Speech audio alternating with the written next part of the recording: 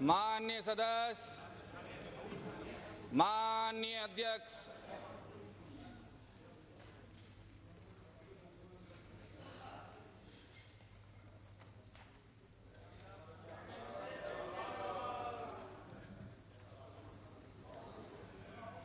Doctor Raghu Sharma.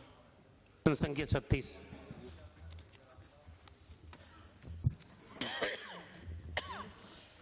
माननीय अध्यक्ष, खंड 1, राज्य में वर्तमान में विधवा, वृद्धावस्था, विकलांग पेंशन तथा पालनहार योजना के तहत जिलेवार पेंशन का लाभ प्राप्त करने वाले कुल लोगों की संख्या सूची परिशिष्ट 1 पर संलग्न है।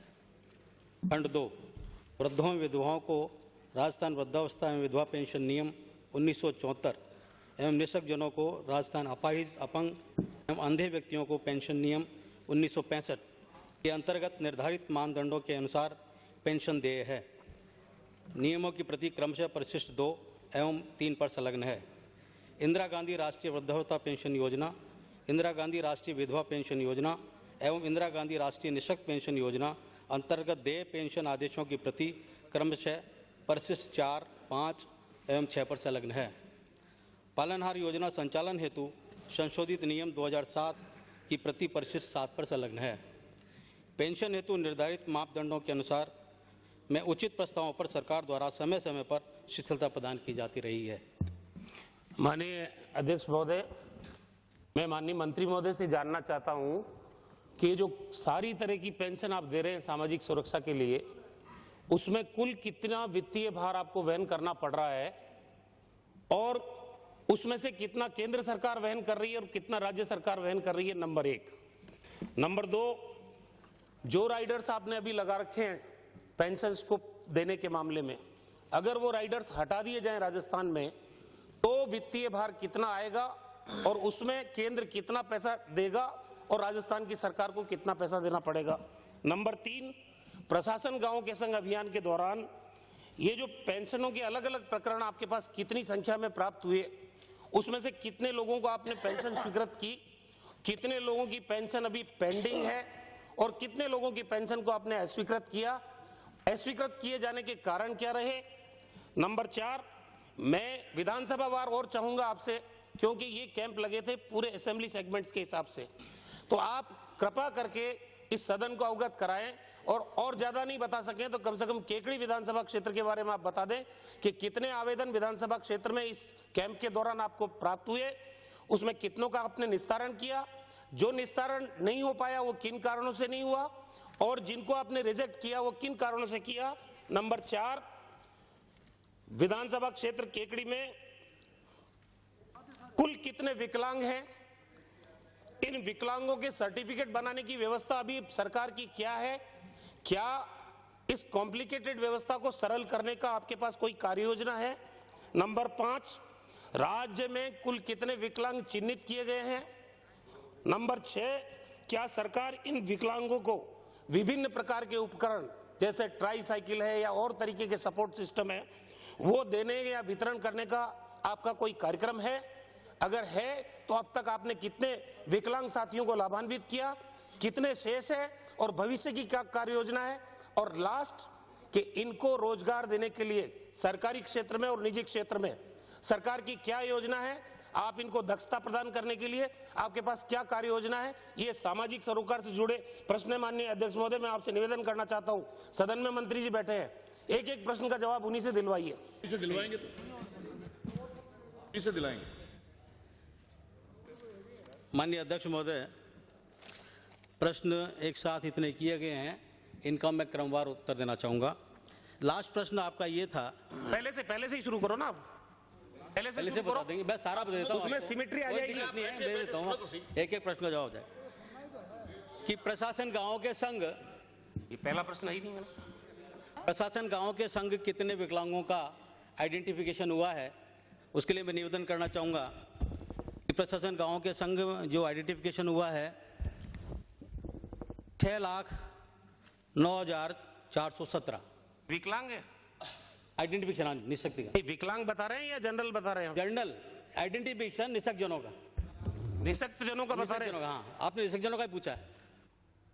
उसमें से हमने 2,93,905 के लिए कार्ड जारी कर दिए हैं, जो अबव 40% हैं। आपने पूछा कि निःशक्त जनों के लिए सरकार क्या क्या कार्य कर रही है। मैं निवेदन करना चाहूँगा कि अभी माननीय मुख्यमंत्री जी ने बजट अनाउंसमेंट में ये घोषणा की है कि निःशक्त जनों के लिए एक अलग से निदेशालय बनाएंगे। राजस्थान में पुनर्वास संस्थान खोला जाएगा, जिसमें निःशक्त जनों के लिए ट्रेनिंग के काम होंगे, इंटरप्रेटर उनके लिए वहाँ ट्रेनिंग दी जाएगी। और 3 वर्षों में, आगामी 3 वर्षों में एनजीओ के साथ सहयोग करके प्रत्येक निःशक्त जन को ये कोशिश होगी कि वो पैरों पर चल खड़ा हो सके। उसके लिए जितने भी साधन उपलब्ध कराए जा सकते हैं कराए जाएंगे। सभी प्रकार के निःशक्तों को उनकी आवश्यकता अनुसार, कोई पैर से यदि विकलांग है तो उसके लिए, कोई हाथ से है तो उसके लिए, जिनकी जिस प्रकार की आवश्यकता होगी उनको आगामी 3 वर्षों में वो सारे उपकरण साधन उपलब्ध कराए जाएंगे। मैं अध्यक्ष महोदय और निवेदन करना चाहूँगा कि माननीय मुख्यमंत्री जी ने एक और घोषणा की है कि राजस्थान में मानसिक विमंदितों के लिए पुनर्वास केंद्र खोले जाएंगे, जिसमें जयपुर में और जोधपुर में पहले से हैं, और 5 संभाग स्तरों पर अजमेर, कोटा, बीकानेर, उदयपुर, भरतपुर में और ये केंद्र खोले जाएंगे, ताकि हमारे जो निःशक्त जन हैं उनको सहयोग हो सके और उनको लाभ मिल सके। आपने दूसरा प्रश्न अपने केकड़ी विधानसभा क्षेत्र के बारे में पूछा है, उसके बारे में मैं निवेदन करना चाहूँगा कि आपने ये प्रश्न किया है कि केकड़ी विधानसभा क्षेत्र में प्रशासन गाँव के संघ में कुल कितने आवेदन प्राप्त हुए हैं। मैं निवेदन करना चाहूँगा कि आपके केकड़ी विधानसभा क्षेत्र में 5,077 कुल आवेदन फॉर्म प्रस्तुत हुए, जिसमें से 2,013 हमने स्वीकृत कर दिए और 1,344 आवेदन पत्र खारिज किए गए। शेष 1,720 आवेदन पत्र हैं। मैं श्रीमान और निवेदन करना चाहूँगा कि वृद्धावस्था के जो आवेदन फॉर्म थे वह प्राप्त हुए हमें 4,434, जिसमें से स्वीकृत हुए 1,416, खारिज हुए 1,298, शेष रहे 1,720। ये 1,720 वो फॉर्म हैं जिनको ऑनलाइन करना है राष्ट्रीय इंदिरा गांधी राष्ट्रीय पेंशन योजना के फॉर्म में। विधवा पेंशन में, विधवा पेंशन के जो हमें आवेदन पत्र प्राप्त हुए वो 371, स्वीकृत कर दिए 347, खारिज हुए 24। विकलांग के आवेदन पत्र जो प्राप्त हुए वो 272, स्वीकृत हुए 250, खारिज हुए 22। इस प्रकार से आपके विधानसभा क्षेत्र का ये आपने जो जानकारी चाहिए है वो मैंने आपको प्रस्तुत की है। आपका एक प्रश्न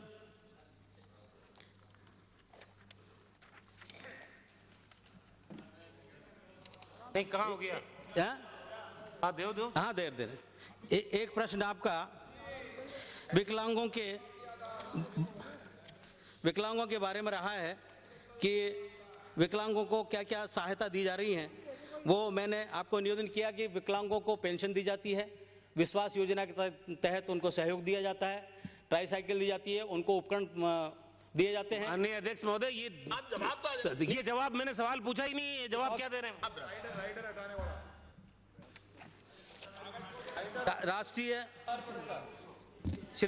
राष्ट्रीय विकलांग पेंशन योजना और स्टेट पेंशन योजना में राजस्थान सरकार 300 रुपये का सहयोग करती है और केंद्र सरकार हमें 200 रुपये का सहयोग करती है।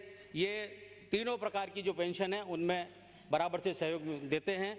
और आपने एक प्रश्न किया है कि स्टेट का कितना पैसा लगता है।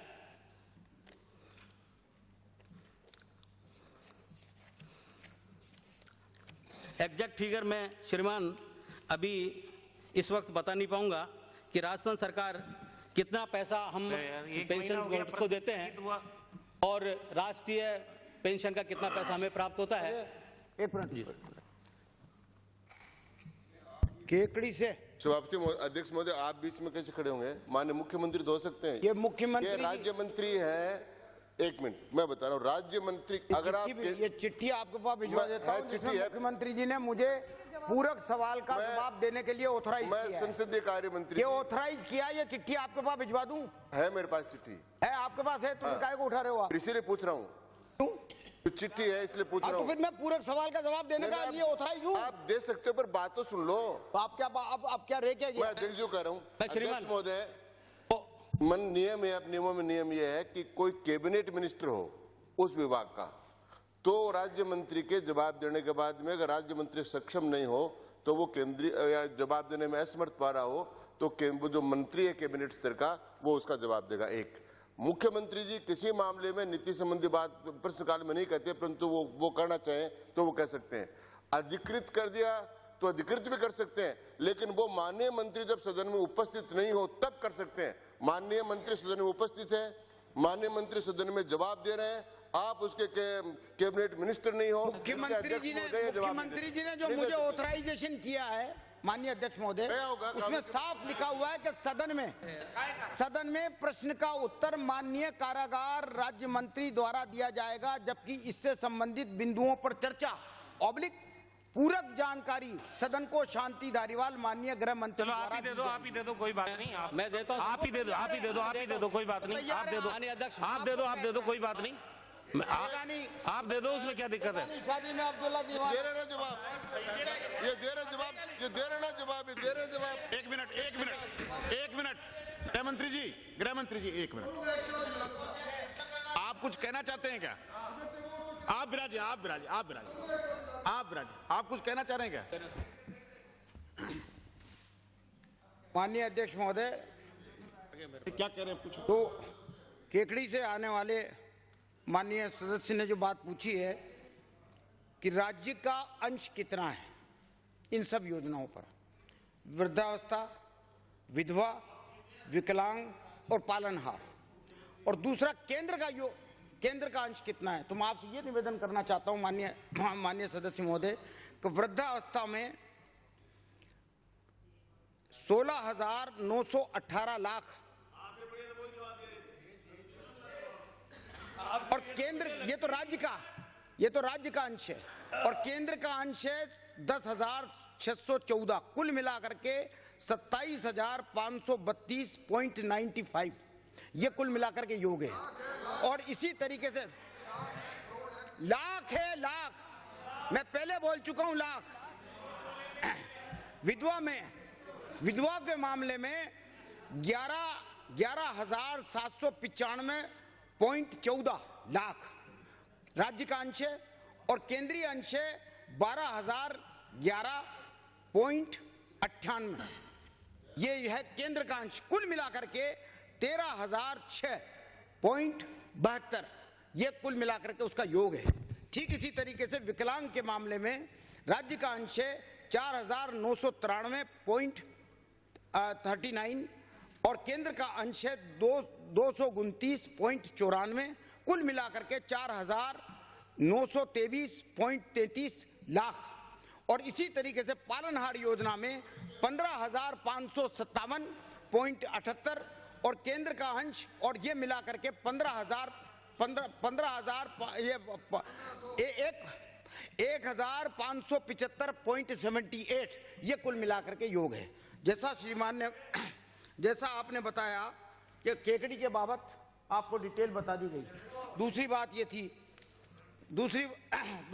थी कि प्रशासन शहर की ओर में, गांव की ओर, प्रशासन गांव की ओर में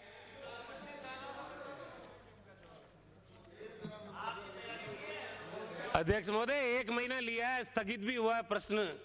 अगर एक महीने तक सवालों का जवाब नहीं है तो फिर अब क्या कहें, बताओ आप मेरे को। जवाब है क्यों नहीं? 1 महीना लगा मेरा, स्थगित भी हुआ प्रश्न। वृद्धावस्था के कुल मिलाकर के राजस्थान में जो आवेदन प्राप्त हुए थे वृद्धावस्था के मामले में, वो 1,97,514 थे। कहाँ के बता रहे हो? ये किस जगह के बता रहे हो? केकड़ी के 1,97,000। मेरे मतदाता कितने हैं माननीय, ये तो बताओ आप मेरे को। केकड़ी में 1,97,000। आपने राजस्थान के पूछे केकड़ी के, आप केकड़ी की बता रहे हो ना? मंत्री महोदय इधर, आप उधर मत उलझिए, इधर राजस्थान आप उधर मत उलझिए, इधर। तो मैं राजस्थान अध्यक्ष महोदय 5,077 बताए थे राज्य मंत्री महोदय ने 5,077 बताए थे, 1,720 इसमें शेष बताए थे। अब किसकी बात सही माने हम? राज्य मंत्री कुछ कहे और वो कुछ कहे, तुरुमखा बनते हैं। माननीय अध्यक्ष महोदय, मेरा स्पष्ट प्रश्न ये है, ये आंकड़ों में उलझाने की जरूरत नहीं है। मैंने साफ साफ पूछा है मंत्री जी से कि कुल कितना वित्तीय भार राज्य वहन कर रहा है, सारी तरह की विधवावस्था की हो, पालनहार की हो, चाहे आपका वृद्धावस्था पेंशन हो, ये तमाम जो सोशल सिक्योरिटी के है उनमें टोटल पैसा राजस्थान सरकार कितना दे रही है और हमको केंद्र से कितना खर्चा मिल रहा है। दूसरी बात कि अगर राइडर हटा दिए जाएं तो दोनों का हिस्सा कितना कितना टोटल अमाउंट बताइए आप सवाल को नहीं, कोई सवाल को घुमाने की कोई आवश्यकता नहीं है। क्या सवाल को घुमाया जाएगा? गृह मंत्री जी जैसा स्पष्ट आपने बोल रहे हैं सदन के सामने, थोड़ा बचाएं। धन्यवाद साहब। ऐसा आपने का मामला है, हमारे अजमेर जिले का मामला है। माननीय अध्यक्ष महोदय, जैसा प्रश्न स्पष्ट किया है वैसा स्पष्ट जवाब देने की कोशिश की जाएगी। आपने राज्यांश और केंद्रांश के बारे में प्रश्न किया है, माननीय मंत्री महोदय ने आपको अभी जवाब दे दिया है। यदि आप चाहें तो मैं इसको दोबारा रिपीट कर सकता हूं। पेंशन्स के बारे में कभी आपने जो होते हैं, कभी आप खड़े होते हो, मैं क्या करूं? खड़े हो गए, अब इनके पास तैयारी नहीं है तो वो खड़े हो गए। जवाब तो आने दो भाई साहब। के बाद कोई तो माननीय सदस्य, ये स्थगित प्रश्न है, हाँ। इसीलिए पूरी तैयारी करके आए हैं। तैयारी ऐसी है। बात नहीं कि दोनों की तैयारी नहीं है पूरी तैयारी। नहीं, दोनों की तैयारी है। महीने के प्रश्न बाद सुन, भी न इनकी तैयारी है, न जवाब इनकी सुन लें आप, तैयारी जवाब तो सुन लें आप एक बार। है। अभी वो वृद्धावस्था पेंशन में हमारा राज्यांश है। मैं कुल मांग रहा हूं आपसे, कुल बताएं। पूरे राजस्थान में जितनी भी तरीके की आपने सोशल सिक्योरिटी दी है, हाँ। उसमें टोटल अमाउंट कितना राजस्थान वहन कर रहा है, कितना केंद्र कर रहा है, और राइडर हटा दो तो कितना कितना अंशदान सरकार का, राज्य का है और कितना केंद्र का है, वो अमाउंट पूछ रहा हूँ सीधा सीधा आपसे। ये बता दिया जाए, अभी बताए। अलग अलग क्यों बता रहे हो आप? ये तीनों का जोड़ कर लें आप, मैं बता देता हूँ मैं क्यों आपको। कर लूं, आप करके बताओ। हाँ बता। 16,998.11 ये हमारा 11 लाख ये हमारा विधवा वृद्धावस्था पेंशन में है। अध्यक्ष महोदय, मैं कितनी बार रिपीट करूं, मैं कह रहा हूं टोटल अंशदान सारी सोशल सिक्योरिटीज पे राजस्थान सरकार कितना पैसा खर्च कर रही है और उसमें केंद्र कितनी मदद दे रही है। आप विराजे में राइडर्स हटा दें तो ये अमाउंट कितना बनेगा राज्य का और केंद्र का? सीधा सीधा प्रश्न पूछ रहा हूं, आप उसको आप विराजे। 32,000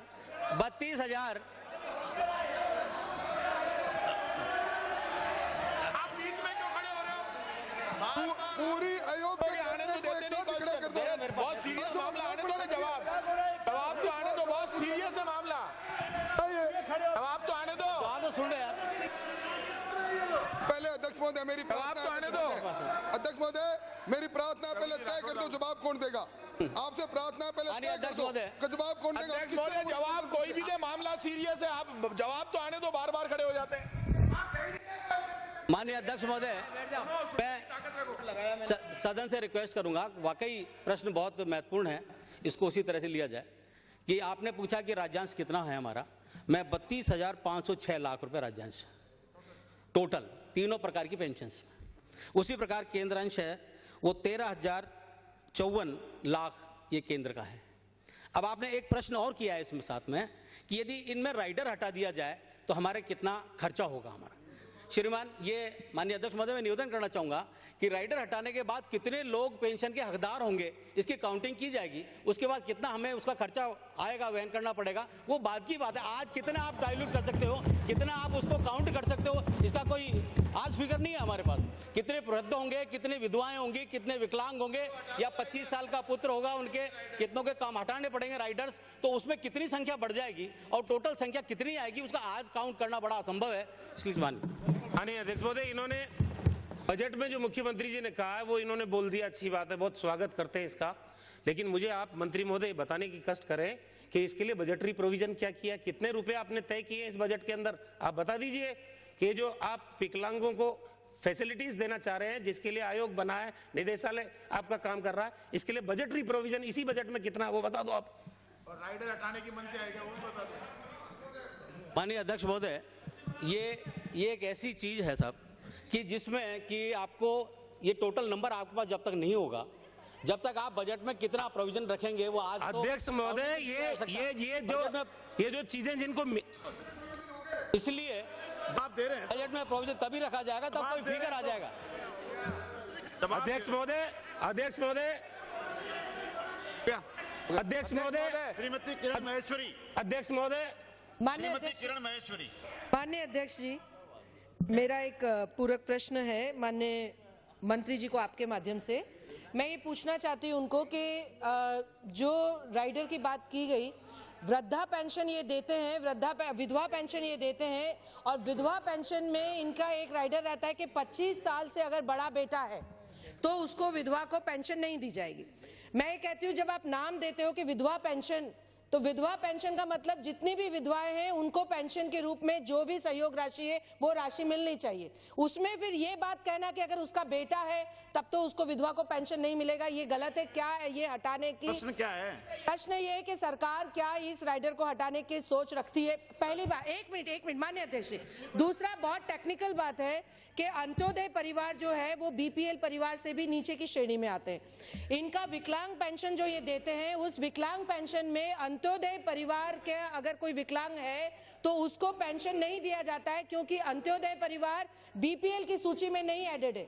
यानी ये इतनी टेक्निकल मिस्टेक है, जो अंत्योदय वो बीपीएल से भी नीचे है, लेकिन फिर भी उस अंत्योदय को बीपीएल को सुविधा मिल रही है, लेकिन अंत्योदय को सुविधा नहीं मिल रही है। जो अंतिम पंक्ति में बैठने वाला व्यक्ति उसको नहीं। तो मेरा प्रश्न ये है, क्या अंत्योदय परिवार के विकलांग को भी पेंशन देने की सरकार की योजना है क्या? अध्यक्ष महोदय, मैं मूल प्रश्न करता हूं, मेरे को आप प्रश्न करने की इजाजत दीजिए। आपके तो प्रश्न हो। मैं एक निवेदन ये करना चाहता हूं कि इन्होंने ये कहा कि बजटरी प्रोविजन इसलिए नहीं किया कि काउंटिंग नहीं हुई।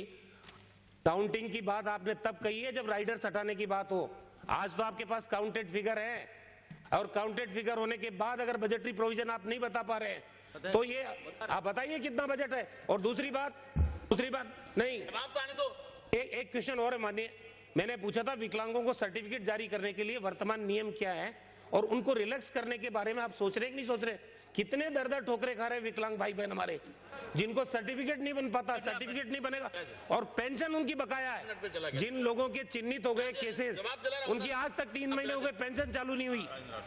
अध्यक्ष महोदय, मैं आपके माध्यम से मंत्री महोदय से जानना चाहूंगा, प्रशासन गांव के संग गया, आपने निःशक्तजन छांटे 6,94,117, आपने पेंशन स्वीकृत की 2,93,905। इन शेष को आप क्या सहयोग और सहायता देंगे? जिनका 40% से कम तो निःशक्तजन को क्या सहायता देंगे? नंबर 1। नंबर 2, क्या बजट बनाने से पहले हर विभाग का बजटरी प्रोविजन होता है और उसी के अनुसार एस्टिमेट बनते हैं? प्रश्न क्या है आपका? तो क्या आपके विभाग के जो एस्टिमेट बने वो क्या थे? और नंबर 3, जब आप प्रतियोगिता को पेंशन देते हैं मुस्लिम ला के अनुसार काजी का प्रमाण पत्र लेकर, इधर देखकर अध्यक्ष महोदय, प्रतियोगिता को पेंशन मिलती है तो मुस्लिम ला के अनुसार। प्रश्न क्या है? मेरा प्रश्न है कि मुस्लिम ला के अनुसार इनका पर्सन कुछ भी नहीं डिस्टर्ब करने का काम है। एक मुस्लिम ला के अनुसार दिया और क्या होगा? एक ही बात को पूछते काजी का प्रमाण पत्र लेकर 2 हस्ताक्षर करने पर जब प्रतियोगिता को मुस्लिम प्रतियोगिता को पेंशन मिल जाती है, तो मैरिज एक्ट के तरह उसमें न्यायालय से डाइवोर्स पिटीशन के तहत कोर्ट से लेने की क्या आवश्यकता पड़ेगी? पर्सन है क्या जिसका कोई सारा नहीं निकलता, वो पर्सन है क्या? मंत्री जी, माननीय बार घुमा दिया। माननीय अध्यक्ष महोदय, माननीय अध्यक्ष महोदय, किसी को अलाउ नहीं करूंगा। मंत्री जी जवाब दे रहे हैं। माननीय अध्यक्ष मंत्री महोदय, जी जवाब दे रहे हैं। अंकित नहीं होगा, किसी का अंकित नहीं होगा। मंत्री जी का जवाब आने दीजिए। एक शॉर्ट, मैं मंत्री जी का नाम पुकार चुका हूं, मंत्री जी का जवाब आने दीजिए। प्रश्न में 23 मिनट निकल गए हैं। आप मंत्री जी का जवाब आने दीजिए। किसी को अलाउ नहीं करूंगा, कोई अंकित नहीं होगा। मंत्री जी का जवाब आने जानते हैं अंकित नहीं हो रहा है तो जवाब कहां से दिला दूंगा? मंत्री जी केवल जवाब देंगे और कोई नहीं बोलेंगे। माननीय अध्यक्ष महोदय, माननीय सदस्य ने जो प्रश्न किया है कि परित्यक्ता महिलाओं को पेंशन दी जाती है, तो मुस्लिम महिलाओं के लिए जो राइडर नहीं है कि उनको केवल तलाक के आधार पर पेंशन दी जाए, या हिंदू महिलाओं में वो बगैर किसी कोर्ट डिग्री से उनको पेंशन दे दी जाए, ये आपका प्रश्न है। मैं निवेदन करना चाहूँगा कि लॉ की ऐसी मंशा है, हिंदू लॉ में ये प्रोविजन है कि लीगली डाइवर्स्ड वाइफ जो होगी उसको हम पेंशन देंगे, या लीगली सेपरेटेड जो वुमेन है अपने पति से अलग रहती है और कोर्ट से उसके पास कोई डिग्री है या ऑर्डर है तो उसको हम पेंशन देते हैं। इसी प्रकार जो 5 वर्ष तक जिस किसी महिला का अदालत में मुकदमा पेंडिंग है, चाहे वो डाइवर्स का मुकदमा हो, चाहे वो रेस्टिट्यूशन ऑफ कॉन्जुगल राइट का मुकदमा हो, यदि 5 साल तक कोई मुकदमा चल रहा है तो उसको पेंशन दे है। आपका ये प्रश्न था। मैंने जो पूछा उसका भी जवाब दे दो ना। सभी का मैं दे देता हूँ। एक आपका प्रश्न था कि विधवा महिला विधवा होती है, उसका चाहे 25 साल का पुत्र हो जाए तो उसको राइडर हटा दें तो उसको पेंशन मिलती रहेगी। माननीय अध्यक्ष महोदय, सरकार की मंशा है कि निराश्रित को, विधवाओं को, विकलांगों को और वृद्धजनों को पेंशन मिले।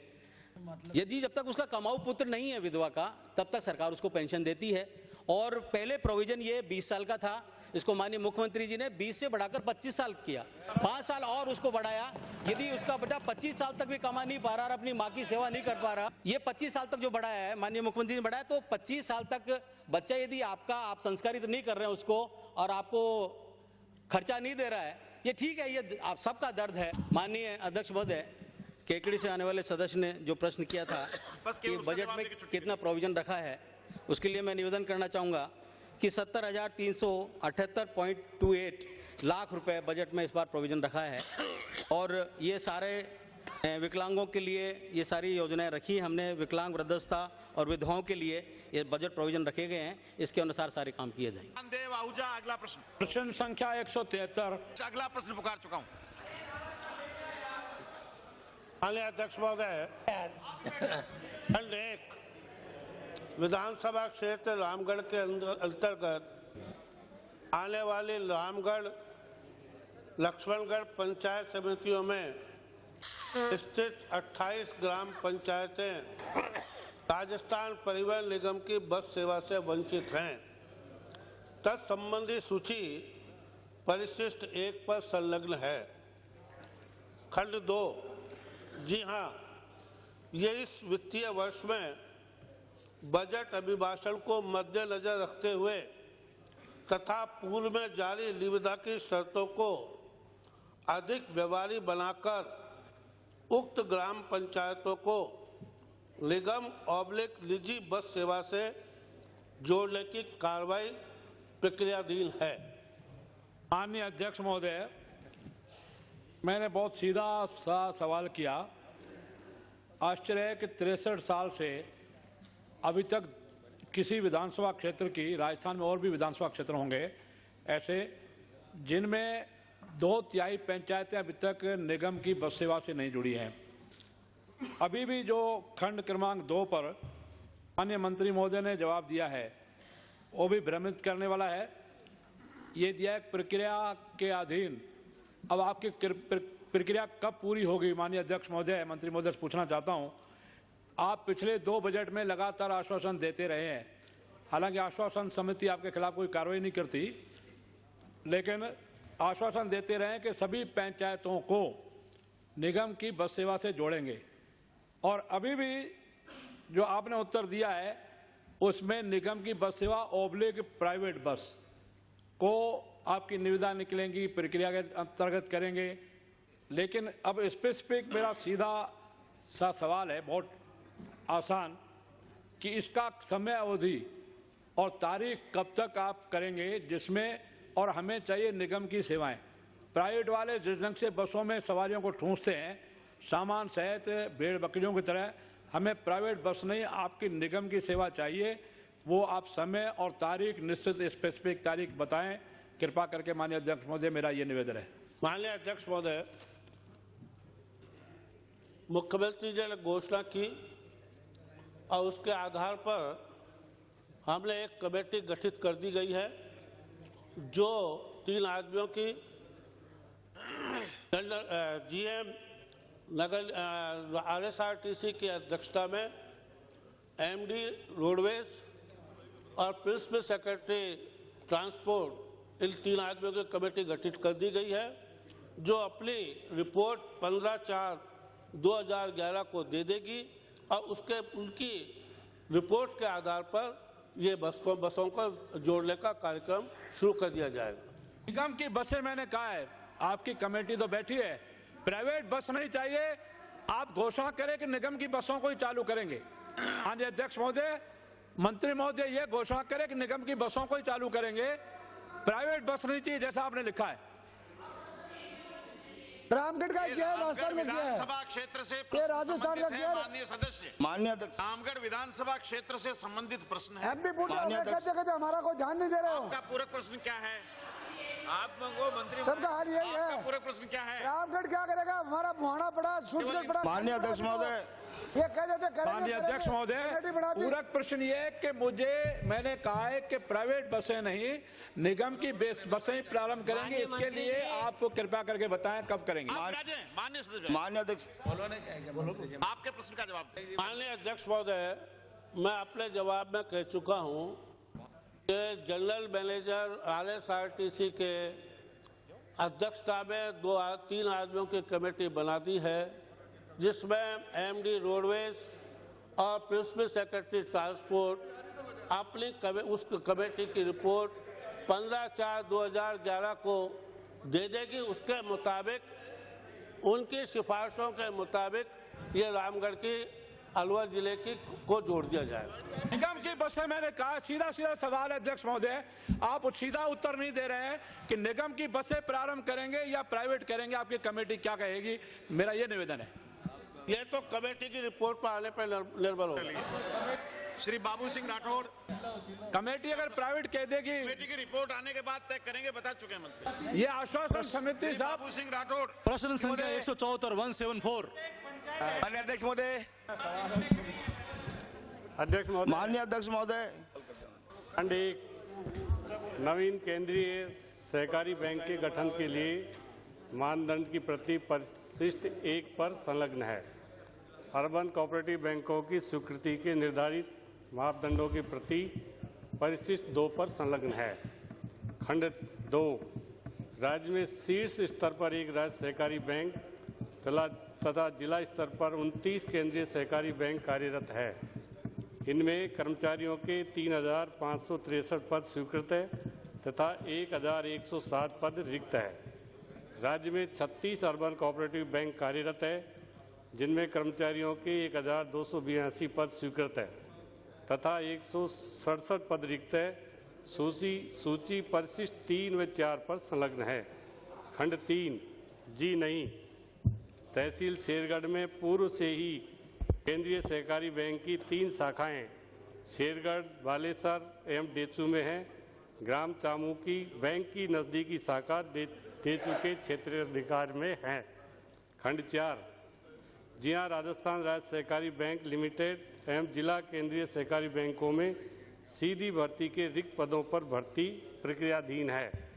अर्बन कोऑपरेटिव बैंकों में रिक्त पदों पर भर्ती उनके सेवा नियमों के अंतर्गत स्वयं बैंकों द्वारा की जाती है। अध्यक्ष महोदय, माननीय मंत्री महोदय ने बताया केंद्रीय सहकारी बैंक में कर्मचारियों के 3563 पद में से 1107 पद रिक्त, अर्बन कोऑपरेटिव में 1282 में से 166 पद रिक्त। इन रिक्त पदों को कब तक भर देंगे या भर दिए जाएंगे? दूसरा, केंद्रीय सहकारी बैंक की शाखा खोलने के क्या मानदंड, शाखा खोलने के क्या मानदंड है? और मैंने जो चामू की मांग की है, वो चामू के इर्द गिर्द पेराफेरी में कितनी ग्राम सेवा सहकारी समितियां आती है, कितनी ग्राम पंचायतें आती है, और देचू से वो कितनी दूर है, और देचू कौन सी विधानसभा क्षेत्र में है, ये बताएं। अध्यक्ष महोदय, माननीय सदस्य ने कहा रिक्त पद कब तक भर देंगे। हमारे कोऑपरेटिव बैंकों के रिक्त पदों की भर्ती के लिए हमने परीक्षा करवा दी है। उनके जल्दी नतीजे आ जाएंगे और बाकी के जो पद हैं उनको हम प्रमोशन से और उनको संविदा के आधार पर अभी लगाने का प्रोविज़न है, वो हम जल्दी अगले साल में सारे रिक्त पदों को भर देंगे। दूसरी, आपने कहा कि चामू में बैंक की शाखा के बारे में आपने कहा। माननीय सदस्य, माननीय अध्यक्ष महोदय, आपके माध्यम से शेरगढ़ अकेली पंचायत समिति में पहले से ही 3 हमारी बैंकों की शाखाएं हैं, ब्रांचें 3 हैं, जबकि वहाँ पर हमारी जो वायबिलिटी होती है, एक ब्रांच को खोलने की जो मापदंड होते हैं, मैंने आपको दिया है, देखें 20 ग्राम सेवा सहकारी समितियाँ एक ब्रांच में होनी चाहिए। जब वो वायबल होगी तो आपकी जो अभी खुली हुई है वो आपकी कहीं भी बालेसर में 8 ग्राम सेवा सहकारी समिति है ब्रांच में, शेरगढ़ में आपकी 13 ग्राम सेवा सहकारी समितियां हैं और देचू में आपकी 10 ग्राम सेवा सहकारी समितियां हैं। और अगर आप चामू को खुलाना चाहेंगे आपकी कौन सी टूटेगी। वैसे हमने माननीय अध्यक्ष महोदय आपके माध्यम से कहना चाहूँगा, माननीय सदस्य की जो आशंकाएं हैं कि ग्रामीणों को क्रॉप लोन के लिए बैंक की शाखा में दूर जाना पड़ता है, हमने इस साल से नए निर्देश जारी कर दिए हैं कि हम सारी जो हमारी ग्राम सेवा सहकारी समितियां हैं उनको इस साल सबको मिनी बैंकों का दर्जा दे देंगे और ब्रांचों में किसानों को नहीं जाना पड़ेगा, उसी ग्राम सेवा सहकारी समिति में उनको वहाँ फसली क्रॉप लोन का उनको ऋण उपलब्ध हो जाएगा।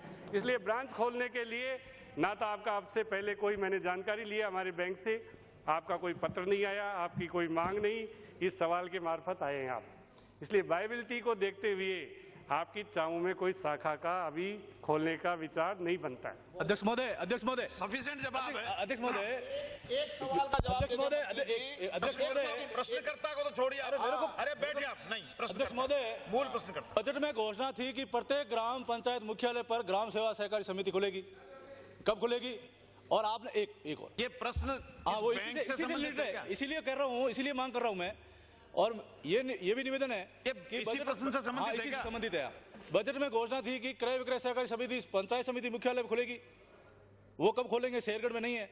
और इसमें 10 ग्राम सेवा सहकारी समितियां हैं चामू के फेरा फेरी में, और 40 किलोमीटर दूर है, देचू लोड विधानसभा क्षेत्र में है, शेरगढ़ में नहीं है। सहकारी समितियां ग्राम पंचायत वाइज का इससे कोई संबंध नहीं है। इसमें 21 पंचायत बैंक से संबंधित 21 प्रश्न था। पंचायतें अगर ये खोलेंगे तो ये हमारी लाइबल होती है, ये फिजिबल होती है। अध्यक्ष महोदय, ये ग्राम सेवा सहकारी समिति की घोषणा है प्रत्येक ग्राम पंचायत पर, और आपने शेरगढ़ में 3 बताया, सीमित रहिए, क्योंकि शेरगढ़ में 2 है। प्रश्न तक सीमित रहिए मेहरबानी करके। हाँ, वही कह रहा हूँ।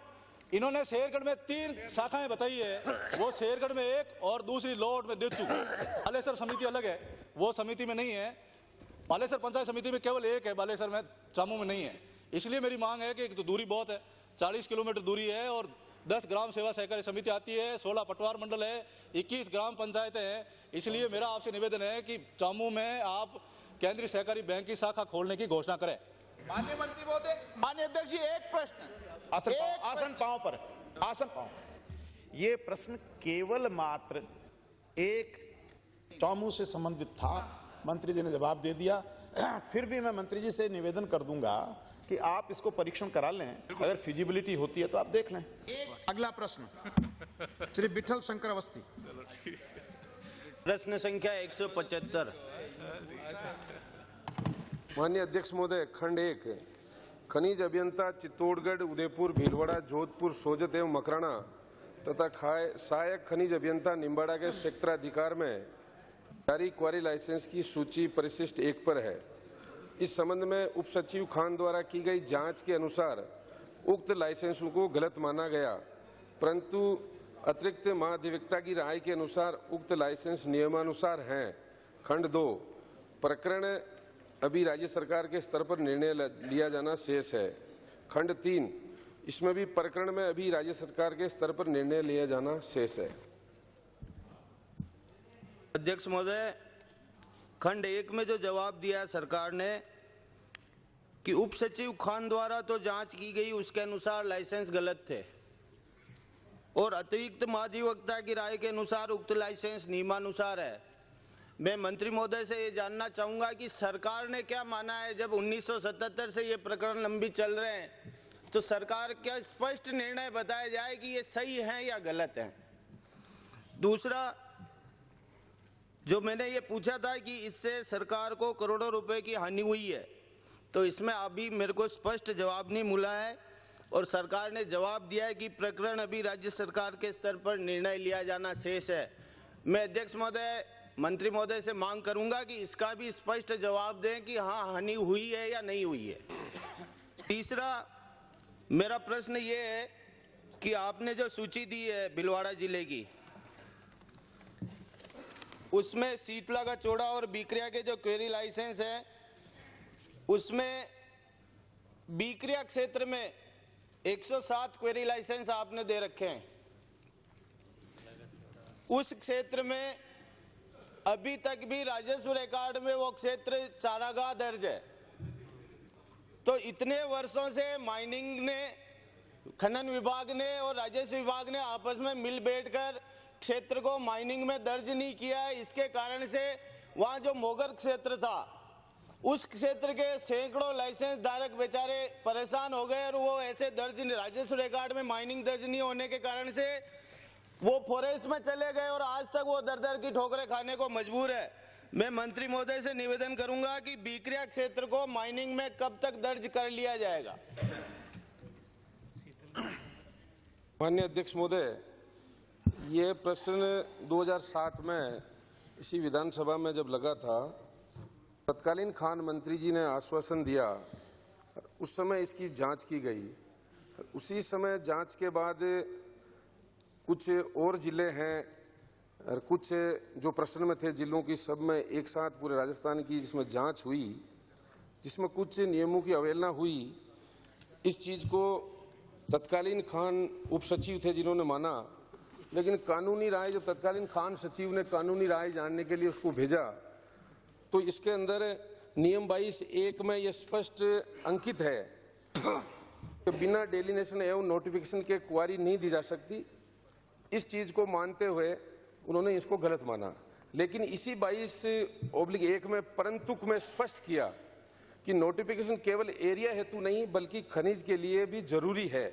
यदि पूर्व में ही खनिज नोटिफाइड है तो पुनः नोटिफिकेशन की जरूरत नहीं है। तो दोनों विरोधाभास होने की वजह से उसमें ये मामला लंबित चल रहा है। फिर भी माननीय सदस्य की चिंता है तो महीने 2 महीने में हम इसको डिसाइड कर देंगे, और बाकी जहाँ तक हानि डिसाइड होने के बाद ही ये तय हो पाएगा कि हानि हुई या नहीं हुई। और अभी इसी में इस प्रश्न के बाद खाटू, छोटी खाटू का एक इश्यू, इसी परंतु को लेकर MCCR 1986 को हाईकोर्ट में चैलेंज की है, इसलिए ये मामला लंबित है। ये मामला 2003 से इन्होंने 2010 तक की सारी क्वारी के लिए मांगा था। उन्होंने हमने डिटेल में इनके दी। जहाँ तक भीलवाड़ा बदनौर का सवाल है, इन्होंने बताया बीकरिया के 107 खनिज पट्टे उसमें हैं, लेकिन वास्तविक प्रतिवेदन माननीय अध्यक्ष महोदय जिला कलेक्टर के समक्ष जब ये चीज आई तो उस समय तत्कालीन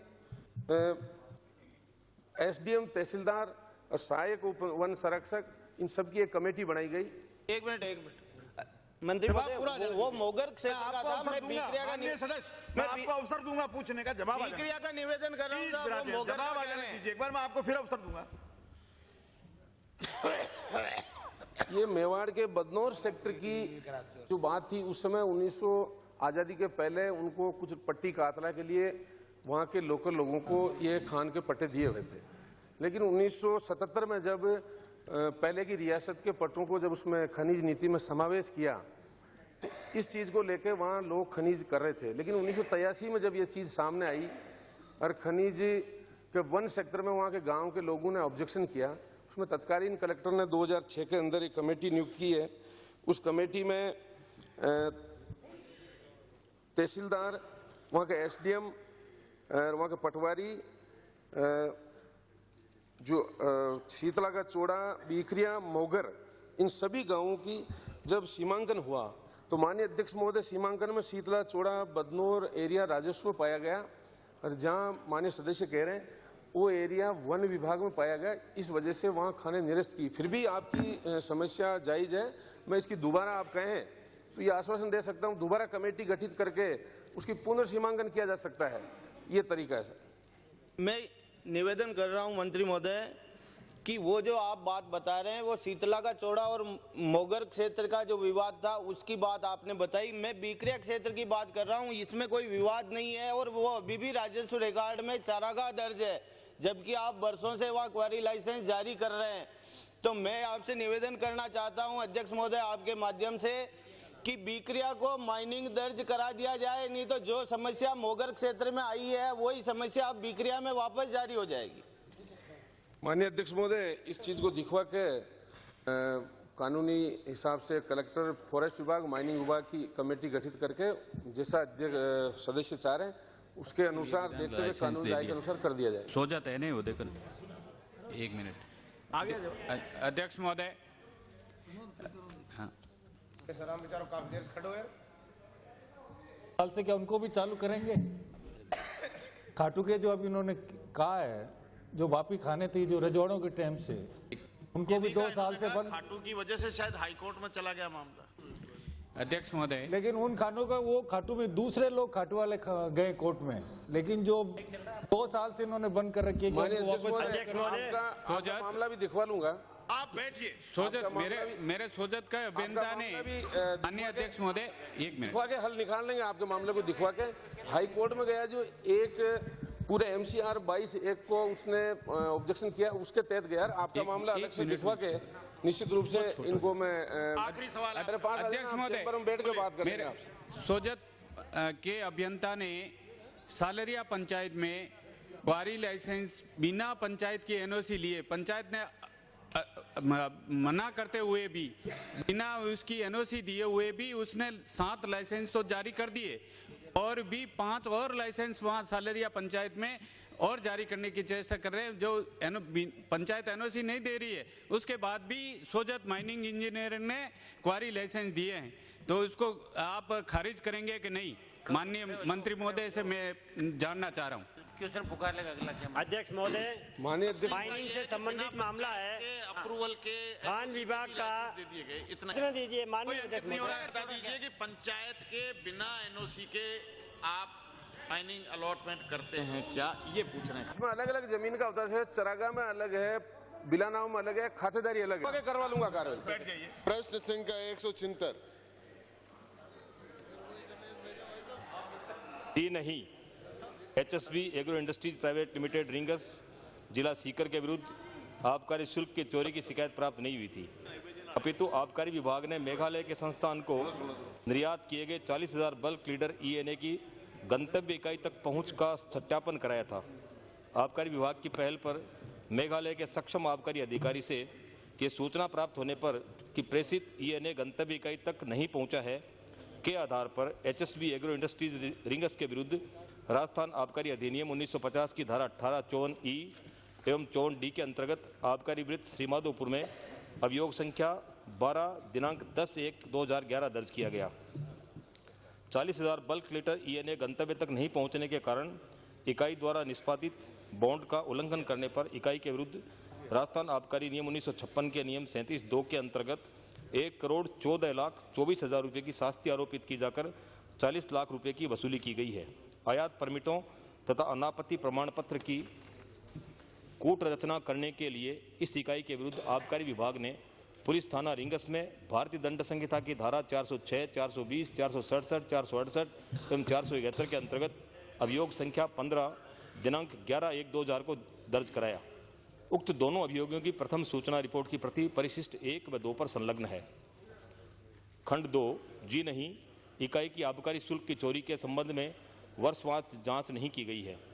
आबकारी विभाग के आंतरिक अंकेक्षण दल ने जिला आबकारी अधिकारी सीकर, जिसके क्षेत्राधिकार के अंतर्गत प्रश्नगत इकाई भी आती है, वर्ष 2008-9 व 9-10 का आंतरिक अंकेक्षण जनवरी-फरवरी 2011 में किया गया।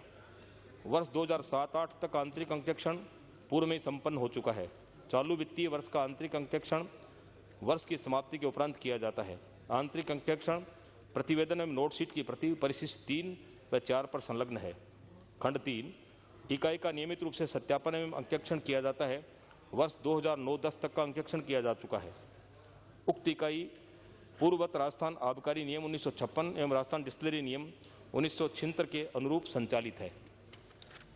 माननीय मंत्री महोदय, आप इतना बता दें कि केस दर्ज होने के बाद में आबकारी विभाग ने क्या क्या कार्रवाई की, ये बता दें। माननीय अध्यक्ष महोदय, जैसे ही इस बात की जानकारी मिली कि जो ENA जो बाहर भेजा गया है वो फोर्ज डॉक्यूमेंट थे, उसी वक्त आबकारी विभाग द्वारा और आबकारी विभाग ने पुलिस महकमे में उनके खिलाफ एक अलग से मुकदमा दर्ज कराया, जिसके बारे में मैंने अभी आपको जानकारी दी। अभी 2 मुलजिम जो इसमें इंपोर्ट जो लाइसेंस जो लेके आए थे, वो 2 आदमी अरेस्ट हुए हैं। उनकी कोर्ट से जमानत नहीं हुई है और वो अभी अंदर है। कल 2 मुलजिम इसमें और अरेस्ट हुए हैं परसों, जो पुलिस द्वारा गिरफ्तार किए गए। मैं पूछ रहा था कि मेघालय से जो परमिट आया उसका क्रॉस वेरिफिकेशन उसी समय होता है जब परमिट आता है, तो वो क्रॉस वेरिफिकेशन नहीं हुआ उसके किन अधिकारियों पर आपने उसकी कार्रवाई की, नंबर 1 बात। दूसरा बात, जो रोड ट्रांसपोर्ट से जिसका परिवहन हुआ है और जो फर्जी निकली है उस पर क्या कार्रवाई की गई। नंबर 3, जो पेमेंट हुआ उसके बारे में क्या कार्रवाई की गई। और नंबर 4, माननीय मंत्री जी, मेरा आपसे प्रश्न है कि पहले अजीतगढ़ के बारे में चर्चा हुई थी, आज रिंगस के बारे में हो रही है। 9 और डिस्टिलरीज हैं, उनमें भी जो मूल आदमी जिसने ये कूट रचना करके भिन्न भिन्न राज्यों के फर्जी परमिट लिए 8 राज्यों के, उसको पकड़ने के लिए क्या कार्रवाई की गई।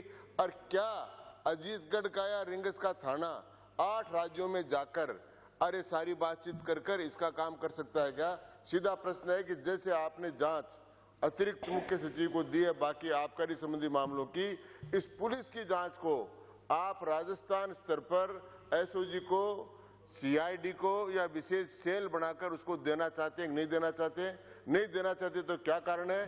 क्योंकि सीबीआई की मांग में इसलिए नहीं कर रहा हूं कि माननीय गृह मंत्री जी ने कह दिया कि सीबीआई तो कांग्रेस ब्यूरो ऑफ इन्वेस्टिगेशन है, इसलिए उसकी मांग नहीं कर रहा हूं। मुझे राजस्थान पुलिस पर विश्वास। क्या कहते हैं, मैंने नहीं कहा, मैंने तो उनको कोट किया है। जो दिल्ली में आपके नेता हैं वो कहते हैं कि कांग्रेस ब्यूरो ऑफ इन्वेस्टिगेशन है, तो आपके आदर्श हमारे नेता है। मैंने तो उनकी बात आपसे कही है। मैंने कहा ये सोच लो कि उनकी बात मानोगे या ये सीबीआई की इंक्वायरी मांगोगे। तो खुशी है कि आपने हमारे नेताओं को आदर्श मान लिया है। मुझे इस बात की बहुत प्रसन्नता है कि आपने आदर्श माना उनको। मैं कह रहा हूं कि सीबीआई को आप नहीं देना चाहें। आपने कितने मूल प्रश्न पूछे हैं? पूरक प्रश्न ये सारा ही मूल है। कितने पूरक प्रश्न? ये मूड़ा मोड़ो काम हो। नहीं, पूरक प्रश्न कितने पूछ लिए? हेलो, ये मूड़ा को काम है जी। मैं माननीय अध्यक्ष महोदय, आप बताएं। माननीय अध्यक्ष महोदय, माननीय सदस्य ने इस ट्रांसपोर्ट कंपनी के द्वारा माल यहाँ से जाना बताया है। जब इस बात की जानकारी की तो मूल रूप से जो संगीता रोड लाइन्स नाम का जो ट्रांसपोर्ट है वो ही फर्जी है। इस नाम से कोई भी ट्रांसपोर्ट कंपनी अस्तित्व में नहीं है। जिस ट्रक के जरिए ये माल यहाँ से बाहर गया वो ट्रक के नंबर जो यहाँ पे अंकित थे HR 38M9287, जिसका चालक था दुर्गा प्रसाद, बिल्टी number 9021/88/2011, truck number HR 38B6289, चालक रतन सिंह, बिल्टी नंबर 9022/19/8/2011, ये संगीता रोड लाइन्स के थे। लेकिन जब इस सारी जानकारी ली गई तो ये ट्रक का जो चेचिस्ट है ये भी फर्जी है। रतन सिंह नाम का कोई ड्राइवर वो भी नहीं, अस्तित्व में नहीं है कहीं भी। और संगीता रोड लाइन्स ये भी कहीं अस्तित्व में नहीं है। मैं माननीय सदस्य, आपने जैसा फरमाया कि इसके रेवेन्यू लॉसेज के बारे में तो एसीएस जांच कर रहे हैं। अब मैं इस सारे प्रकरण को, क्योंकि ये पूरे सदन की भावना है, मैं सदन को आश्वस्त करता हूं कि IG सेकंड जो है वो अपने स्तर पे इसकी जांच करा ले। कौन IG सेकंड? IG सेकंड कौन है IG सेकंड? IG जयपुर जो सेकंड है। ये केवल एक मिनट, ये केवल जयपुर डिवीजन में नहीं हुआ मामला, ये 11 डिस्टिलरीज हैं। आदमी जिसने ये फर्जी परमिट लिए उसने 8 स्टेट्स के अलग अलग परमिट लिए और 8 स्टेट्स में अपना माल गया है और 8 जगह हमने वेरिफिकेशन नहीं किया। इसलिए मेरा कहना यह है कि जब तक आप DG के अंतर्गत एक विशेष सेल बनाकर इसकी जांच नहीं करेंगे तब तक 11 फैक्ट्रियों के अलग अलग प्रश्न लगाए, सदन का समय लेने से कोई मतलब नहीं है। एक बात, और 8 राज्यों में जाएं और 8 राज्यों की पुलिस उनकी मदद करे और इसमें जो कोल्यूजन बना हुआ है उस कोल्यूजन के वहां तक पहुंचे, क्योंकि राष्ट्रीय सुरक्षा को भी खतरा है। अरे ये जो अवैध शराब बनती है उसका काम भी है। अरे सारा काम इस प्रकार का। इसलिए मैं ये चाहूंगा कि डायरेक्टर जनरल पुलिस राजस्थान के देख रेख में एक विशेष सेल का गठित कराकर इस संपूर्ण प्रकरण की आप जांच कराएं और एक वो अतिरिक्त मुख्य सचिव कर ही रहे हैं, फाइनेंस का जो काम देखते हैं। इन दोनों जांच के आने के बाद में अपराधियों का पता लग सकेगा। मैं राज्य के हित में है, ये करोड़ों रुपए का मामला है और इसलिए मैं चाहूंगा कि इसके लिए विशेष सेल का गठन किया जाए। माननीय अध्यक्ष महोदय, जहां तक रेवेन्यू लॉसेज की बात है तो रेवेन्यू तो जितनी भी जो हमारी इनसे जो वसूल की जानी चाहिए थी वो रेवेन्यू तो हमने वसूल की। जांच कर ले। तो मामला सिर्फ इसका है कि ये चूंकि कई स्टेट्स का मामला फरमा रहे हैं, राजस्थान में हमारी ये जो 2 डिस्टिलरीज है इनके मामले में और ये सारी अनियमितताएं जो पाई गई है, वैसे तो मैंने पूरे सदन की भावनाओं को देखते हुए आईजी के स्तर पे इसकी जांच कराने का कहा है, लेकिन फिर भी यदि सदन ये चाहता है तो इसमें कोई आपत्ति नहीं। राज्य सरकार की मंशा कतई इनको कोई रिलीफ देने की या इनके प्रति कोई सद्भावना की नहीं है। राज्य सरकार निश्चित रूप से ये चाहती है कि इस तरह की घटनाओं की पुनरावृत्ति नहीं हो और सख्ती से इन पे रोक लगे। निश्चित रूप से ये इन्हें जो बाहर गया, जो फोर्स डॉक्यूमेंट के माध्यम से गया, राज्य सरकार भी अपने स्तर पे ये कतई नहीं चाहती। तो मैं इसकी जांच डीजी को निर्देशित करता हूं कि वो अपने स्तर पे और इसकी जांच कराएं। एक सवाल और पहले मूल प्रश्न। आदरणीय मंत्री महोदय, मैं आपसे ये जानकारी चाहता हूं कि क्या ये सही है कि इन उल्लेखित 2 वित्त वर्ष जिसके अभिलेखा की ऑडिट आपने कराई है, उक्त इकाई ने 1,94,000 लीटर का उत्पादन किया और उत्पादन करने के बाद में आपने ये अंकित कर दिया कि 40,000 लीटर तो कम से कम ऐसा था जो कूट रचित दस्तावेजों के आधार पर जिसका निर्यात हुआ था। ठीक इसी प्रकार एक दूसरी इकाई जिसका आपने सदन में पहले उल्लेख किया था, 3 लाख लीटर उल्लेखित 2 वित्त वर्षों के अंदर ऑडिटेड के अंदर ये हुआ। मैं आपसे निवेदन करना चाहता हूं, पहली वाली इकाई जो अजीत थी उसने आपने तत्काल आबकारी कमिश्नर ने एक इंक्वायरी दल बनाया और उन्होंने उस फैक्ट्री की इंक्वायरी करी। क्या इस फैक्ट्री का भी आपने, जब आपको ये पता पड़ा तो आपने इंक्वायरी करवाई, और इंक्वायरी करवाई तो इंक्वायरी करवाने के बाद में आपको ऐसे कितने कूट रचित और दस्तावेज मिले, और जब आपके पास में ये 2 प्रमाण आ गए थे तो इन समस्त इकाइयों जिनका कि आदरणीय सांगानेर से आने वाले सम्मानित सदस्य फरमा रहे हैं, आपने पूरे राजस्थान के अंदर क्या इन सारी चीजों का निर्यात जो चालान होते हैं उनका सत्यापन करवाया, और सत्यापन करवाने के बाकी सारे सही मिले? एक तो ये। दूसरा, आपके आबकारी विभाग ने विशेष प्रतिवेदन अभियोग के अंदर ये जब अभियोग का चालान पेश करने की बात करी तो इसमें लिखा हुआ है सभी अभियुक्त मौके से फरार। आपकी इंडस्ट्री चल रही है सर, आप खुद फरमा रहे हैं कि we have not ceased the industry. मैं कैसे यो, और इसके अंदर an industry and institution is run either by an MD और a chairman।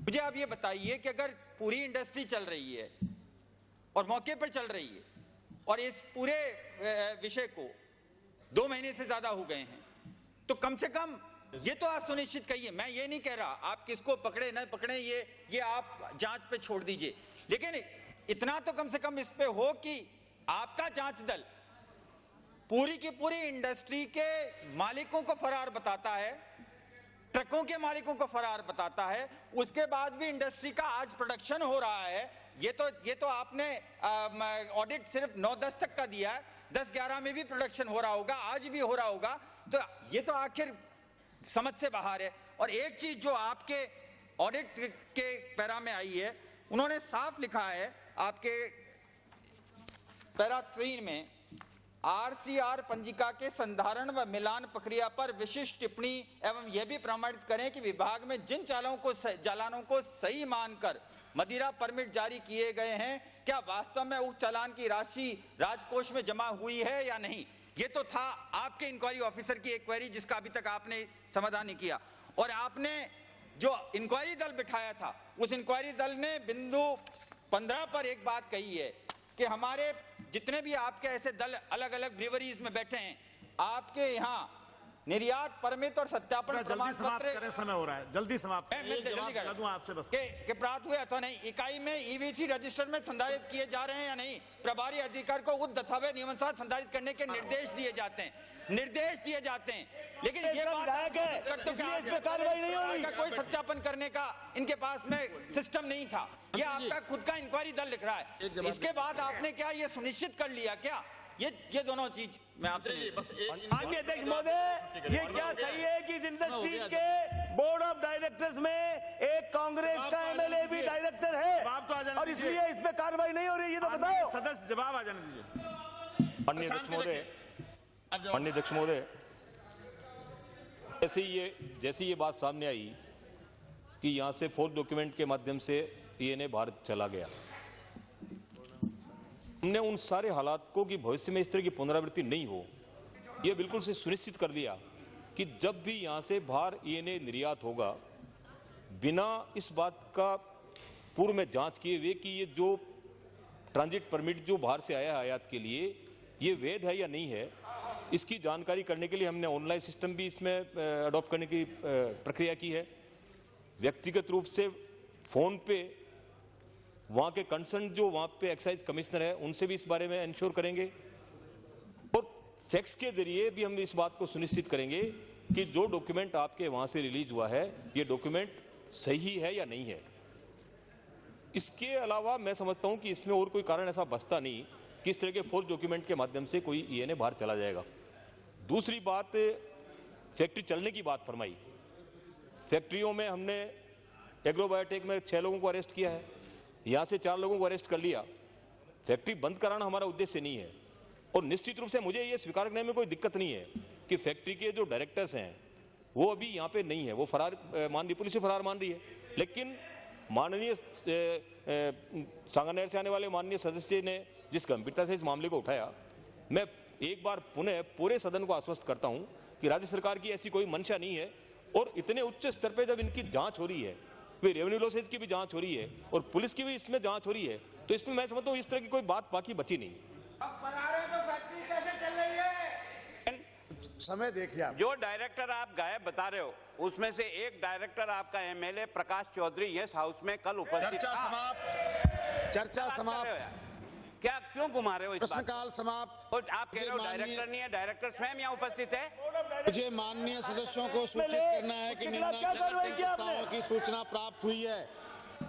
श्री शिवजीराम मीणा सदस्य की ओर से राष्ट्रीय राजमार्ग संख्या 12 जयपुर से झालावाड़ 4 लेन निर्माण के तहत आवाप्त की गई भूमि के मुआवजे में कथित भेदभाव किए जाने से उत्पन्न स्थिति पर चर्चा के लिए श्रीमती चंद्रकांता मेघवाल सदस्य की ओर से सीमलिया थाना के क्षेत्र के जनकपुर गांव की अनुसूचित जाति की नाबालिग लड़की के साथ बलात्कार एवं हत्या से उत्पन्न स्थिति पर चर्चा के लिए डॉक्टर जसवंत यादव एवं 3 अन्य सदस्यों की ओर से जिला अलवर की तहसील बहरोड में स्प्रिट बियर व शराब की फैक्ट्रियों के कारण गांवों का पानी दूषित होने से उत्पन्न स्थिति पर चर्चा के लिए श्री राधेश्याम गंगानगर सदस्य की ओर से जिला गंगानगर में अघोषित विद्युत कटौती से उत्पन्न स्थिति पर चर्चा के लिए श्री बाबूलाल खराड़ी एवं अन्य 2 सदस्यों की ओर से मोहनलाल सुखाड़िया विश्वविद्यालय उदयपुर में आरक्षण से संबंधित प्रावधानों की अवहेलना किए जाने से उत्पन्न स्थिति पर चर्चा के लिए श्री कैलाश चंद्र भंसाली सदस्य की ओर से जोधपुर के झालामंड जोन में क्षत्रिय सड़कों से उत्पन्न स्थिति पर चर्चा के लिए उपरोक्त प्रस्ताव अवहेलनीय लोक महत्व के नहीं है। माननीय सदस्यों को संबंधित विभागों की अनुदान की मांगों पर चर्चा के समय बोलने का पर्याप्त अवसर उपलब्ध है, अतः अनुमति देने में असमर्थ हूँ।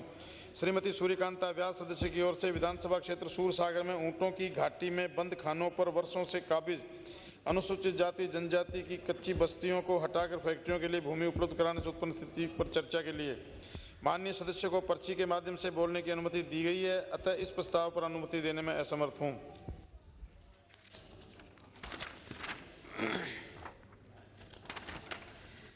श्री प्रोफेसर वासुदेव देवनानी एवं 4 अन्य सदस्यों की ओर से अध्यापक पात्रता परीक्षा में निर्धारित की गई पात्रता के कारण कॉमर्स वाणिज्य के छात्र / छात्राओं के अध्यापक बनने के अवसर समाप्त हो जाने से उत्पन्न स्थिति पर चर्चा के लिए श्रीमती किरण महेश्वरी सदस्य की ओर से राष्ट्रीय झील संरक्षण परियोजना के अंतर्गत उदयपुर की झीलों के विकास कार्य नगर परिषद उदयपुर से UIT को स्थानांतरित किए जाने से उत्पन्न स्थिति पर चर्चा के लिए श्री मोहनलाल गुप्ता सदस्य की ओर से जयपुर शहर से में मिनी बसों की लापरवाही से प्रतिदिन होने वाली दुर्घटनाओं से उत्पन्न स्थिति पर चर्चा के लिए श्री गुलाबचंद कटारिया सदस्य की ओर से बांसवाड़ा जिले के हींच गांव के 2 व्यक्तियों की हत्या से उत्पन्न स्थिति पर चर्चा के लिए उपरोक्त प्रस्ताव भी ऐसे नहीं है कि सदन की पूर्व निर्धारित कार्रवाई को रोककर इन पर विचार किया जाए, अतः अनुमति देने में मैं असमर्थ हूं। फिर भी माननीय सदस्य प्रोफेसर वासुदेव देवनानी, श्रीमती किरण महेश्वरी, श्री मोहनलाल गुप्ता एवं श्री गुलाबचंद कटारिया को अपने अपने प्रस्तावों की विषय वस्तु पर 2-2 मिनट बोलने की अनुमति होगी। श्री प्रोफेसर वासुदेव देवनानी। माननीय अध्यक्ष महोदय, मैं निवेदन करना चाहता हूं आपसे। मेरा निवेदन यह है कि वैसे तो आपको पूरे अधिकार हैं, लेकिन नियमों के तहत अधिकार हैं कि आप किस चीज को एक्सपेंस कर सकते हो और किसको नहीं कर सकते। साफ लिखा हुआ speaker is vested with the power to order expense of words which in his opinion, मुझे पढ़ लेने दीजिए, which is in opinion are defamatory और इनडिसेंट और अनपार्लियामेंट्री और undignified from the proceedings of the house. मैंने कल कौन सा ऐसी बात कही जिसको कि आपने एक्सपेंस किया?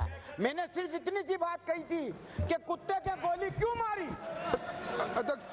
इतनी सी बात कही थी। इसमें डिफेमेटरी क्या था? बिराजो कल भी बहुत हंगामा कराया आपने। हट जाइए, ये बताया जाए बोलने तो देते हैं। डिफेमेटरी क्या था? अध्यक्ष महोदय, मानहानिकारक क्या था?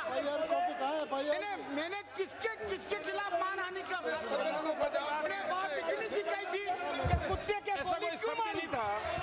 ऐसा कोई शब्द नहीं था, नेता को सुनना नहीं था इनको। आखिर इसमें डिफेमेटरी क्या था? अध्यक्ष महोदय, बताया जाए। अध्यक्ष महोदय, लगता है सत्तापक्ष सदन को चलाना नहीं चाहता। कुत्ते के गोली, माननीय अध्यक्ष महोदय, कुत्ते के गोली, कुत्ते के गोली, मैंने किसकी मानहानि कुत्ते के गोली, कुत्ते के गोली, मुझे बताएं, कुत्ते के गोली, कर सकूं।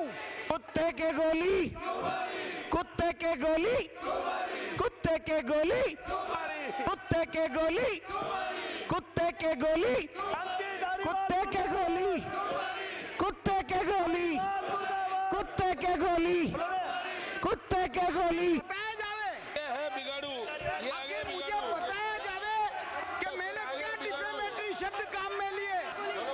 बिल्कुल तमाशा मचा रखा है। अपनी गलती सुधारने को तैयार हूँ। मैं अपनी गलती सुधारने को तैयार हूँ।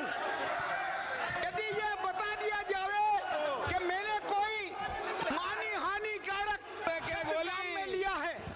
माननीय अध्यक्ष महोदय, मैं 1 लाख छात्रों के साथ कार्रवाई 1 घंटे के लिए स्थगित करता हूं।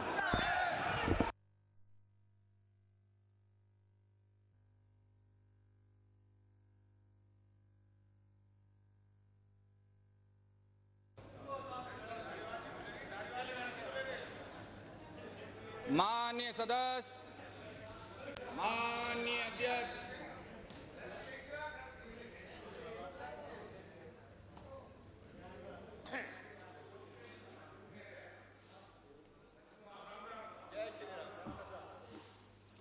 माननीय अध्यक्ष महोदय, आज जब सदन की आप जब व्यवस्था दे रहे थे अपने स्थगन प्रस्ताव के, उसके बाद स्थगन प्रस्ताव पर जब आपने नाम पुकारा तो माननीय संसदीय कार्य मंत्री जी ने खड़े होकर आसन की व्यवस्था के बारे में यहाँ कुछ नियमों को कोट कर अपनी बात कही।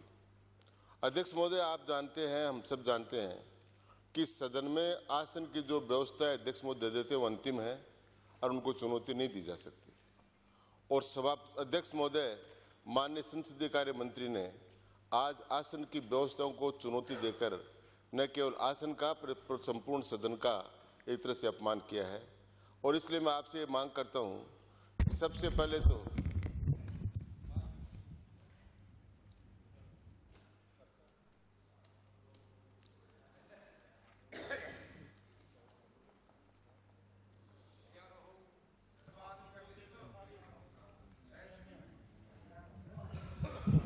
इसलिए मैं आपसे निवेदन करना चाह रहा हूं कि सबसे पहले तो आसन की व्यवस्थाओं को चुनौती दे, जिन नियमों का कोट कर आसन की व्यवस्थाओं को चुनौती दी है, उन सारी कार्रवाई को आप एक्सपेंस कराएं, क्योंकि आसन के बारे में कोई भी बात इस प्रकार की करना जिसमें आसन की मान हानिकारक हो, उसके बारे में स्पष्ट व्यवस्थाएं हैं कि उन बातों को एक्सपेंस करते हैं तो उनको तो एक्सपेंस कराया जाए। एक तो मेरा आपसे आग्रह यह है। दूसरा मेरा आपसे आग्रह माननीय अध्यक्ष महोदय कि हमने कल भी सारी बातों को सहन करके और आज हम आ गए कि हम सदन की कार्रवाई चलाना चाहते हैं। आज पेयजल जैसे गंभीर विषय पर चर्चा हो रही है, 40 से अधिक माननीय से बोलना चाहते हैं, हम सदन की कार्रवाई चलाना चाहते हैं और हम आसन का पूरा सम्मान करते हैं और आसन का अपमान हमको बिल्कुल बर्दाश्त नहीं है।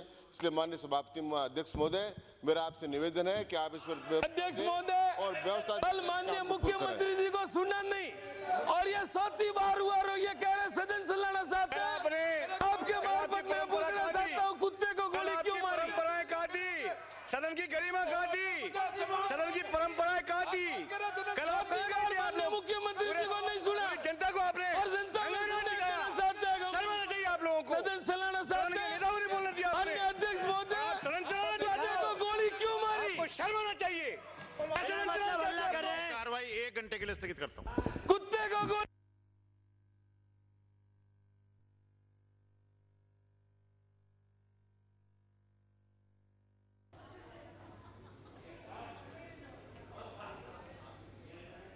माननीय सदस्य, माननीय सभापति,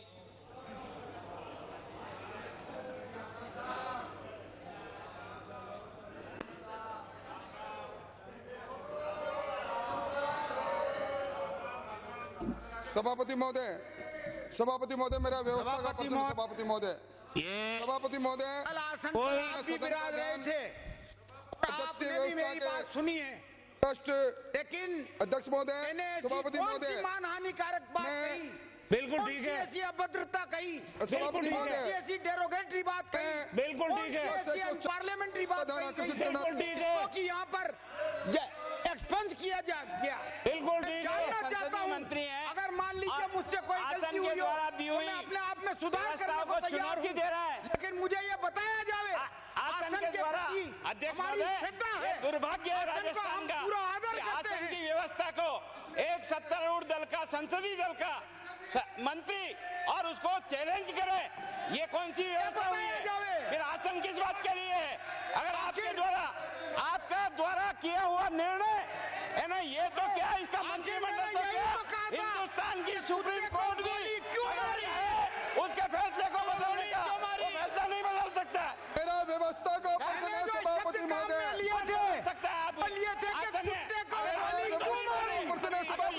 अगर इतना घमंड आ गया है, आसन को नहीं मानोगे, आसन की घमंड मत करो, इतना घमंड मत करो, लोग मत करो, ये कोई तरीका होता है? आसन से व्यवस्था दी और उसको संसदीय कार्य मंत्री ठुकराता है, आसन को चुनौती देता है, खड़ा होकर भाषण करता है। ये बता दे, ये आसन को चुनौती नहीं है, ये हाउस कैसे चलेगा अगर आसन को भी नहीं मिलेगा? संसदीय मंत्री ने पूछा है, कुत्ते को गोली क्यों मारी? संसदीय मंत्री को सबसे पहले कुत्ते को गोली क्यों मारी? सबसे पहले तो संसदीय मंत्री को बाहर निकाले। कुत्ते को गोली, कुत्ते को गोली, कुत्ते को गोली, कुत्ते को गोली, कुत्ते को गोली, कुत्ते को गोली, मंत्री बाहर निकालो, गोली, कुत्ते को गोली, कुत्ते को गोली,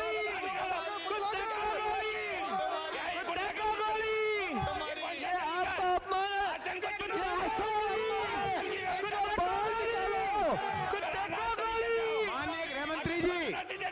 माननीय गृह मंत्री जी, हाउस कुत्ते से आपकी क्या रिश्तेदारी थी जिसकी इतनी तकलीफ हो रही है आपको? वो कुत्ता आपका क्या रिश्तेदार था, ये तो बताओ। आपकी क्या भाईबंदी थी उस कुत्ते के साथ जिसको गोली लगी? आपको इतनी तकलीफ हो रही है, उस कुत्ते से आपकी क्या रिश्तेदारी है, भाईबंदी थी? आप ये तो बताओ। लड़की लो भागा पंपाल, आसन के अपमान करने वाले को बाहर निकालो, आसन का अपमान करने वाले को बाहर निकालो। आपको अपमान किया है, जो आसन का अपमान करे। सभापति महोदय, आज भी रिश्तेदार होता है, आज भी सदन में कुत्ते को, कुत्ता कौन सा रिश्तेदार था? सभापति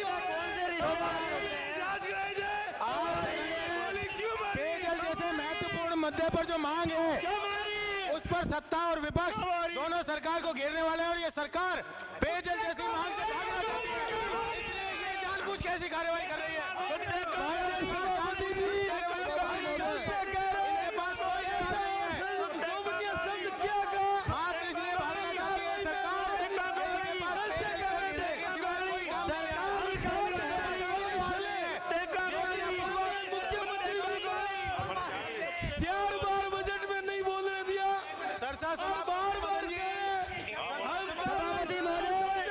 ये कुत्ता कौन सा रिश्तेदार था? ये तो बताओ।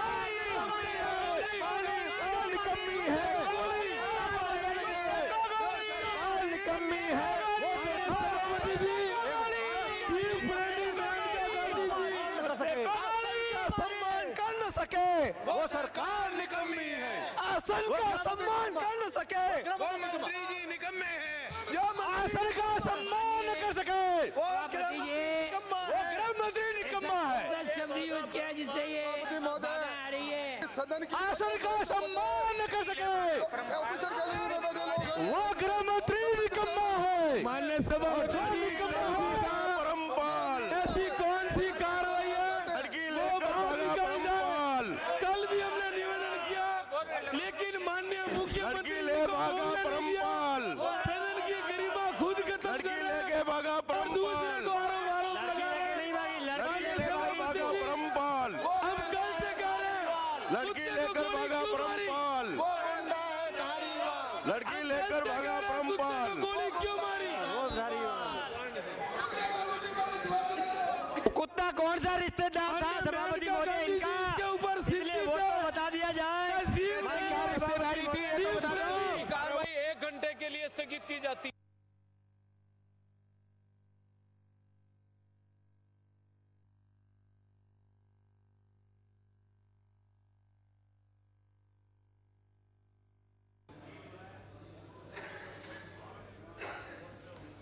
माननीय सदस्य, माननीय अध्यक्ष,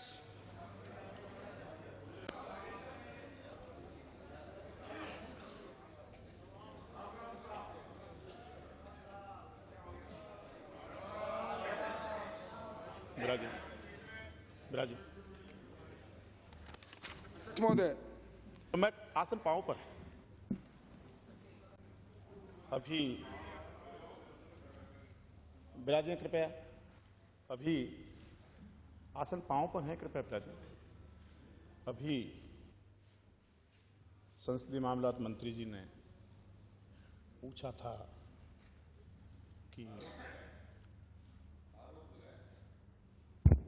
कहा था कि जो कुछ कहा गया था इनके द्वारा उसमें असंसदीय नहीं था, इसलिए क्यों एक्सपेंस किया गया। एक तो निवेदन करना चाहता हूं सदन से कि किसी भी शब्द को, कार्रवाई को एक्सपेंस करने का आसन को अधिकार है। दूसरा, सारा सदन गलतफहमी में जी रहा था। कुछ रिकॉर्ड मंगवा के मैंने देखा, ऐसा कुछ रिकॉर्ड पे था ही नहीं जिसको एक्सपेंस करना पड़ा हो। न रिकॉर्ड पे आया है न एक्सपेंस किया है, इसलिए सारे प्रकरण को समाप्त किया जाना चाहिए।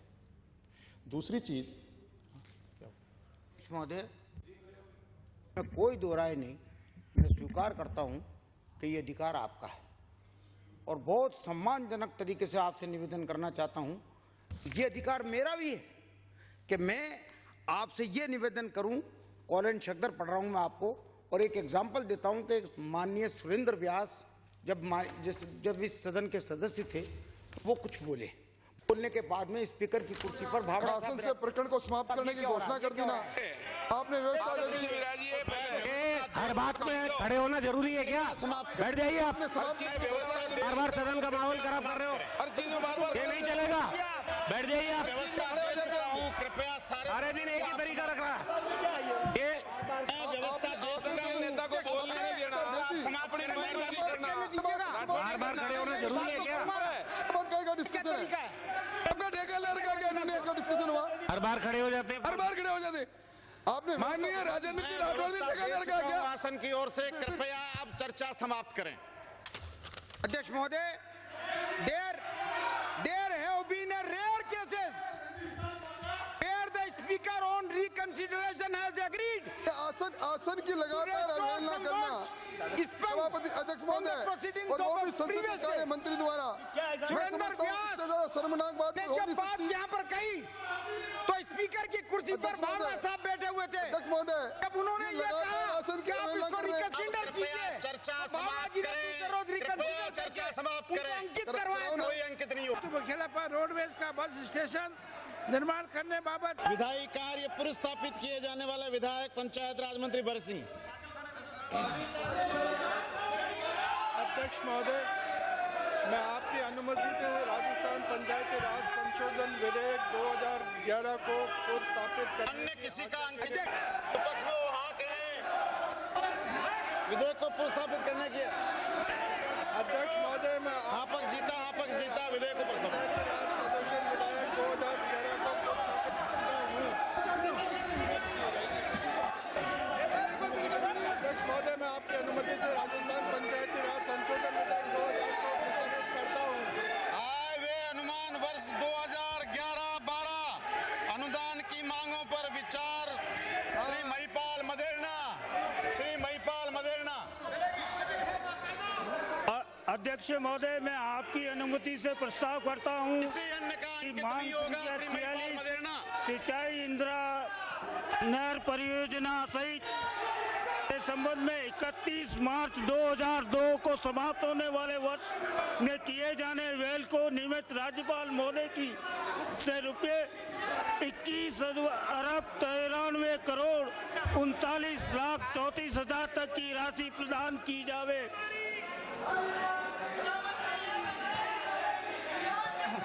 प्रश्न यह है कि मांग संख्या 46 सिंचाई इंदिरा गांधी नहर परियोजना सहित के संबंध में 31 मार्च 2012 को समाप्त होने वाले वर्ष में किए जाने वाले व्यय के निमित्त राज्यपाल महोदय को रुपए 21 अरब 93 करोड़ 39,34,000 तक की राशि प्रदान की जाए। जो पक्ष में हो हाँ कहें, तो विपक्ष में हो ना कहें। हाँ पक्ष जीता, मांग स्वीकार की गई। 27 पेयजल के संबंध में 31 मार्च 2002 को समाप्त होने वाले वर्ष के लिए किए जाने व्यय के नियमित राज्यपाल महोदय को 31 अरब 39 करोड़ 30,35,000 तक की राशि प्रदान की जावे।